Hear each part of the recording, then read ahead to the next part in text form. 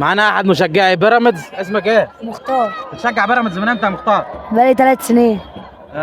عارف التشكيله، عارف اللعيبه؟ طبعا. مين حارس المرمى؟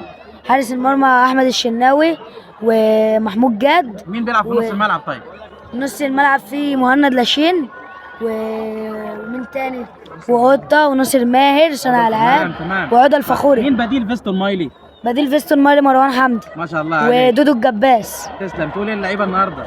ان شاء الله ربنا يكرمكم وتجيبوا لنا المكسب النهارده والكاس ان شاء الله. تسلم. بالتوفيق. تسلم يا مختار. اللي هناك دول كده جماهير بيراميدز اللي موجودين في الدرجه الاولى، عددهم كويس لا باس به. والناحيه الثانيه دي جماهير بيراميدز اللي في الدرجه الثالثه.